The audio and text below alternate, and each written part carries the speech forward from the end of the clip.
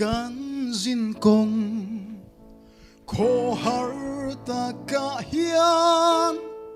har sat na tok ma ila lalpa nen chua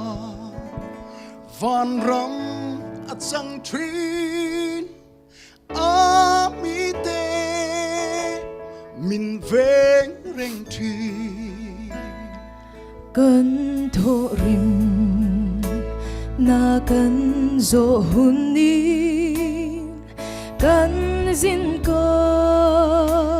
kan pel hun ni anin min lo ang rama chuan lo horo lo chol to la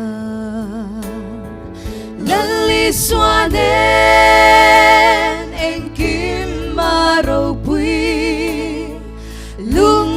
ai tui fon kara po lalu kum chu kan chang nghe ya lali swa kan duy thật xóa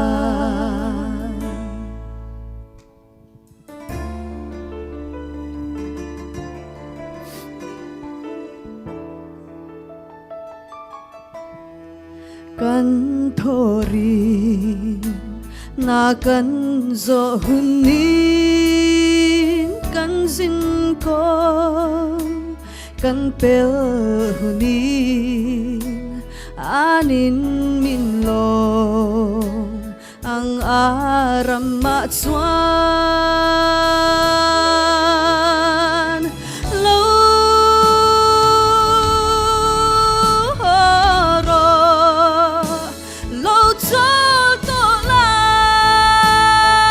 lali swanen en kim maro pui lung ai tui fon karapo lalu sukan sang ya